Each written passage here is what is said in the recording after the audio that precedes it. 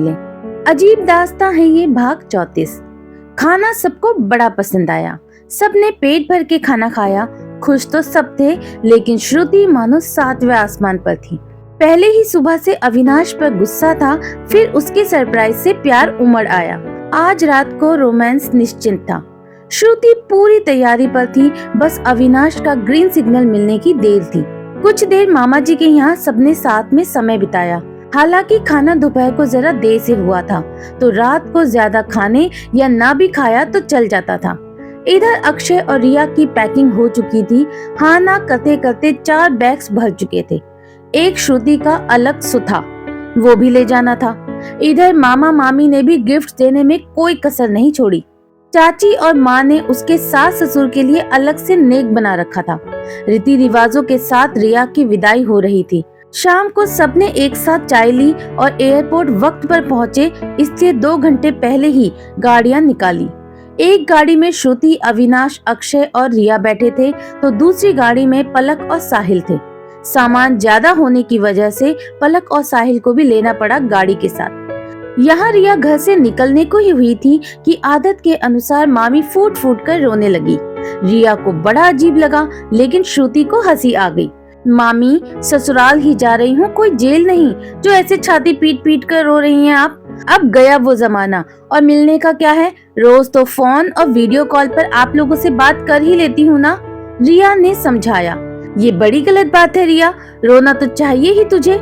मामी जी के आंसू ऐसे कैसे व्यर्थ जाने दे सकती है तू भला? और आप दोनों माँ और चाची है ना, आपकी आंसू की टंकी अब तक लीक कैसे न हुई भला?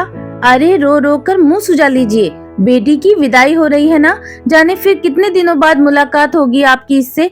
श्रुति ने दोनों को ताना मारा। ससुराल ही जा रही हूँ पाजी कहीं की, कहीं परलोक नहीं सिधार रही हूँ। और तुझे क्यों मेरे रोने की जल्दी पड़ी हुई है? हंसते हुए जचती नहीं हूँ क्या मैं? बेकार ही मेकअप खराब करूँ क्या रोकर मैं? ना ना, मुझे ना रोना आएगा अभी। मम्मी और चाची आप भी ना रोएं। अच्छी खासी रहकर जा रही हूँ, और फिर साहिल भाई की शादी में तो महीने भर पहले आना ही है। मैं तो कहती हूँ कि आप लोग भी मेरे ससुराले का चक्कर लगा आना बीच में। और मामी बस भी करो, रोना बिल्कुल अच्छा नहीं लगता, रिया ने तीनों को समझाया। ये आजकल की लड़कियां तो कमाल करती है भला, रोने भी नहीं देती। माँ का कलेजा है जो अब रोएगा भी नहीं अपने जिगर के टुकड़े के लिए। माँ ने रोते हुए कहा, रोना ही था तो फिर ब्याह ही क्यों इतनी जल्दी? हमें तो घर छोड़कर जाने की कोई जल्दी नहीं थी काकी, आप ही लोगों ने जल्दी से हाथ पीले कर दिए। अब खुश हैं, ससुराल में तो खुश हैं। पति मुट्ठी में है, प्यार करता है, पलकों पर बिठा के रखता है। ससुराल बातें सुन लेता है, कोई ताने नहीं कसता, जबरदस्ती नहीं करता, तो और क्या चाहिए जिंदगी में? लड़की ससुराल जाते हुए हंसेगी नहीं तो और क्या करेगी? ये श्रुति भी तो हर वक्त अपनी बत्तीसी दिखाकर दूसरों को खून के आंसू रुलाती ही है ना। ये लो, अब मेरी क्यों ले रही है बहन तू? काफी दिनों से अपनी अम्माओं का रोना धोना नहीं देखा था, तो सोचा चल तेरे बहाने ये भी देखने को मिल जाएगा। लेकिन तू है कि एपिसोड शुरू होने से पहले ही इंटरवल ला दिया। देख कहीं इनका मूड ना फिर बिगड़ जाए। श्रुति ने रिया को गले लगाते हुए कहा, बस भी करो और निकलो जल्दी। मुंबई का ट्रैफिक पता है ना, अगर फंस गए तो फ्लाइट मिस हो जाएगी। अविनाश ने पते की बात कही। सब बड़ों का आशीर्वाद ले निकल पड़े चारों एयरपोर्ट की ओर।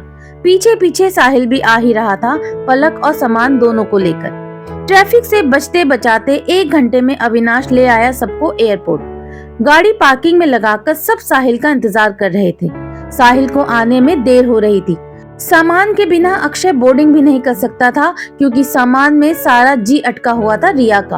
वो तो शुक्र था कि अक्षय ने पासपोर्ट और टिकट वाली बैग अपने पास ही रखी थी। ऐसे ही चलते हैं, क्योंकि पौन घंटा बचा है रिया।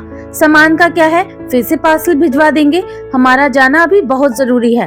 तेरा भाई जरूर अपनी होने वाली बीवी के चक्कर में रास्ता भटक गया होगा, अक्षय ने कहा।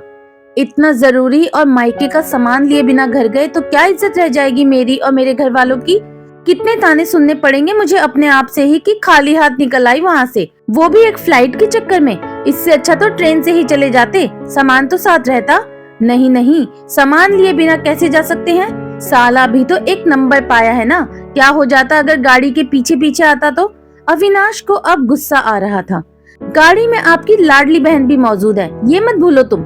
गाड़ी की अगली सीट पर अगर ऐसे जालिम जहरीले सामान हो तो कुछ भी हो सकता है। हमारे ड्राइवर का ध्यान भी भटक सकता है और उसे अपनी राह से गुमनाम राह पर ले जाने का कार्य भी तो वो कर सकती है ना। श्रुति ने अविनाश से कहा, मेरी बहन को ताने देने से अच्छा है कि अपने भाई को थोड़ा समय का ज्ञान दे दो। आज उसकी वजह से इन लोगों की फ्लाइट मिस हो जाएगी। अविनाश ने पलटवार किया, ज्ञान की जरूरत किसे ज्यादा है ये आप मुझे ना सिखाएं। मेरा भाई तो पैदा भी समय से पहले हुआ था, इतना तो समय का पाबंद है वो। आपके मुंबई में इतनी ट्रैफिक है तो मेरे भाई का क्या दोष भला? और फ्लाइट की भी तो गलती है ना, क्यों टाइम पर इनको टेक ऑफ होना है? आधा एक घंटा देरी से निकले तो क्या आसमान निकल जाएगा क्या? श्रुति ने अपने भाई की सफाई में कहा। ए पागल लड़की, क्या बोल रही हो तुम? जानती हो तुम कैसे कैसे लोगों से पाला पड़ा है, मेरा भगवान जाने। अविनाश को और गुस्सा आ रहा था। इनकी बहस चल ही रही थी कि उधर साहिल का फोन आ गया अविनाश को। जीजा जी, क्या टाइम पास लगा रखा है आपने? मैं सामान के साथ यहाँ गेट के पास अक्षय, जीजू और रिया को ढूंढ रहा हूँ। हमने सामान भी लोड कर दिया है लेकिन आप लोग गायब हैं। साहिल उल्टा डांट रहा था। किधर हो भाई?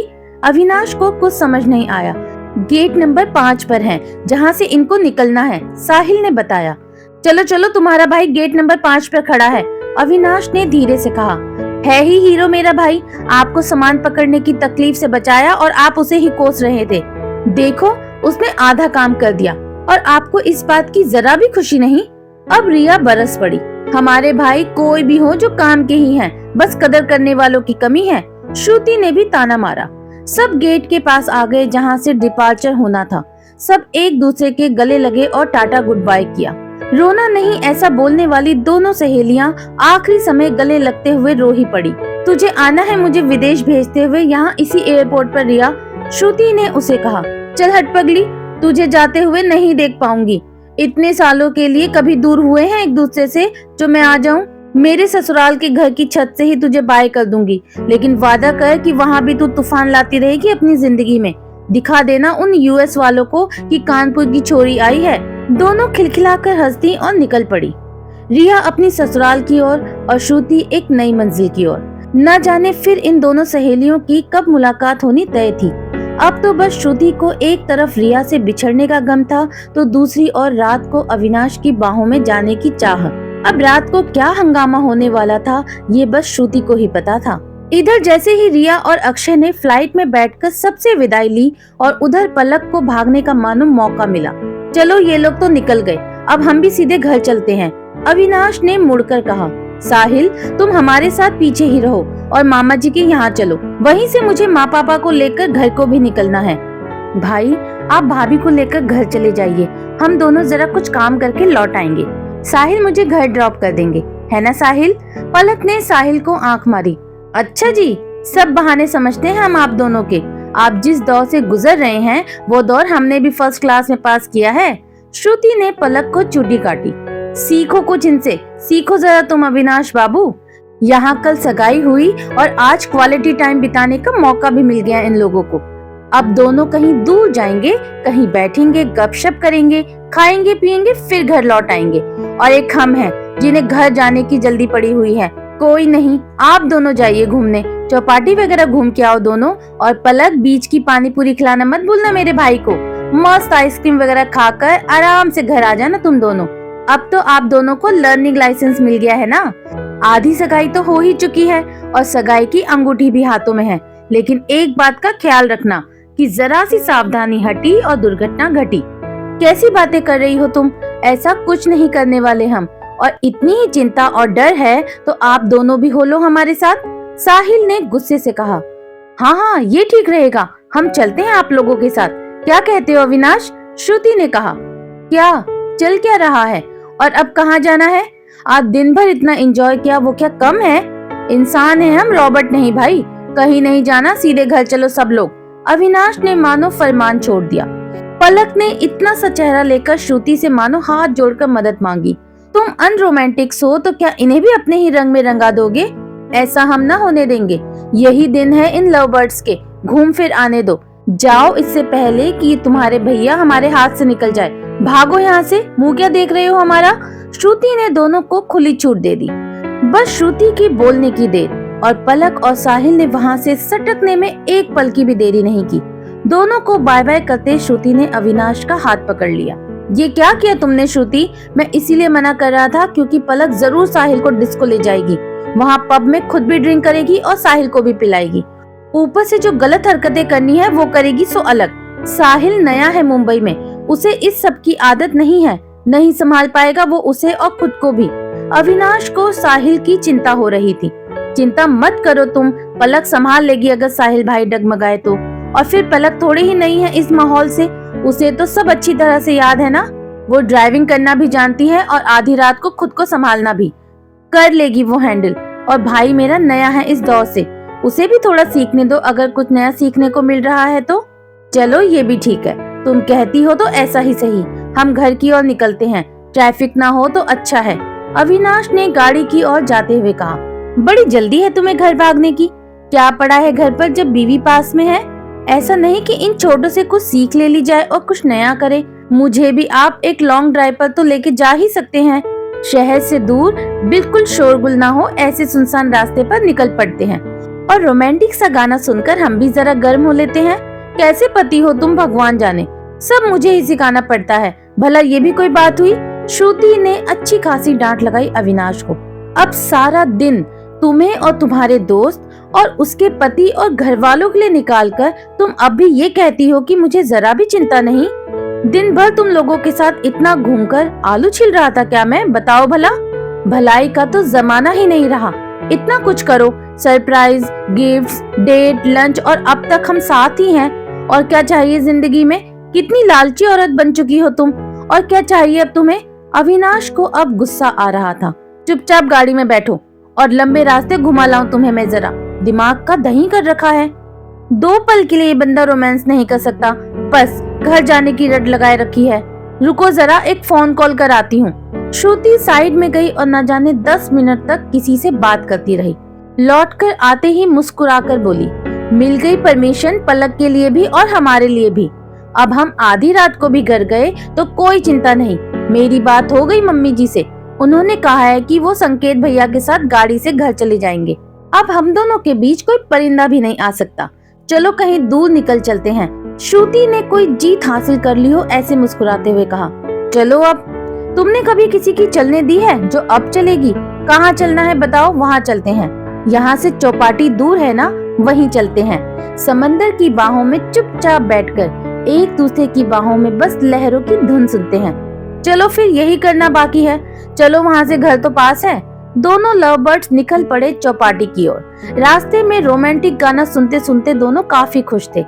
रात का समय था और चौपाटी काफी लोगों से भरी थी। दोनों बीच पर नंगे पैर रेत में एक दूसरे के हाथ में हाथ डाले काफी दूर निकल आए। कुछ देर बैठकर समंदर की लहरों का मजा और लुत्फ भी उठाया। लेकिन जैसे ही श्रुति को खाने के एक एक ठेले नजर आए, वैसे ही उसके अंदर का बकासुर मानो फिर से जागृत हो गया। पहले तो पेट भर पानी पूरी और रगड़ा चाट, कचौड़ी चाट और न जाने किस किस खाने का लुत्फ उठाया। फिर पाव भाजी पर भी देह दनादन ताव मारा। फिर आइस कोला खाकर भी पेट न भरा। बुढ़ी का बाल भी चक्कर देख लिया। रास्ते में चना जोर गरम के 4-5 पुड़िया हो गई। फिर सोडा पीकर सब हजम भी कर लिया। श्रुति का पेट न हो मानो कोई कुआं था, इतना खाकर भी भर ही नहीं रहा था। किसी तरह भुट्टे पे आकर अविनाश ने बात को खत्म किया और उसे गाड़ी में बिठाकर जल्द से जल्द घर ले आया। घर आते ही बेडरूम में सीधे अविनाश हल्का होने निकल लिया। जिंदगी में पहली बार इतना और ऐसा खाना खाया था उसने। आधा घंटा तो गैस के चलते और पेट बिगड़ने के हालात में रूम से बाहर ही नहीं आया। उसका इतना समय श्रुति के लिए काफी था सजने धजने के लिए। गोवा से खरीदी 1 पीस नाइटी, वो भी पिंक कलर की, जिसमें उसका अंग अंग निखर के आने वाला था, वो उसने पहन ली। बालों को संवारकर उसने खुले ही रखे। खुद पर आधी बॉटल परफ्यूम छिड़क दिया। रूम में लाइट बंद कर जितना हो सके उतने कैंडल्स लगाकर और साथ में लाइट की धीमी रोशनी कर वो बेड पर लेट गई, ताकि अविनाश के निकलते ही उसकी पहली नजर उस पर ही पड़े। अविनाश अभी भी टॉयलेट में ही था। उसके आने से पहले श्रुति ने फिर पोजीशन बदली और वो सोफे पर जाकर बैठ गई। अपनी दोनों खुली टांगों को एक के ऊपर एक रख अपनी मादक अदाओं से वो आज अविनाश को रिझाना चाहती थी। उसे बस अविनाश का इंतजार था। अविनाश बाहर आया तो श्रुति ने उसे अपनी तरफ आकर्षित करने के लिए ऐसी अदाएं की, लेकिन सारी बेकार गई। बाहर निकलते ही कम रोशनी की वजह से अविनाश टेबल से टकराकर सीधे फर्श पर गिर पड़ा। उसने चश्मा नहीं पहन रखा था। ये लाइट्स क्यों इतनी जल्दी ऑफ कर दी? और ये क्या है सब? श्रुति, कहाँ हो तुम श्रुति? अविनाश ने तंग आते हुए कहा। मैं यहाँ हूँ, इधर, श्रुति ने शर्माते हुए कहा। अविनाश उसके पास गया और उसे बोला, क्या खिला दिया बाहर का ऐसा जो मेरी आउटगोइंग बंद ही नहीं हो रही है? श्रुति, मुझे एक तो दवा दो इस इनकमिंग को रोकने के लिए, या फिर मेरे लिए गर्म पानी में अश्वगंधा चूर्ण ले आओ। टॉयलेट जा जाकर मैं हैरान हो गया हूँ, कमजोरी सी महसूस हो रही है मुझे। श्रुति, अविनाश ने पेट पकड़ रखा था।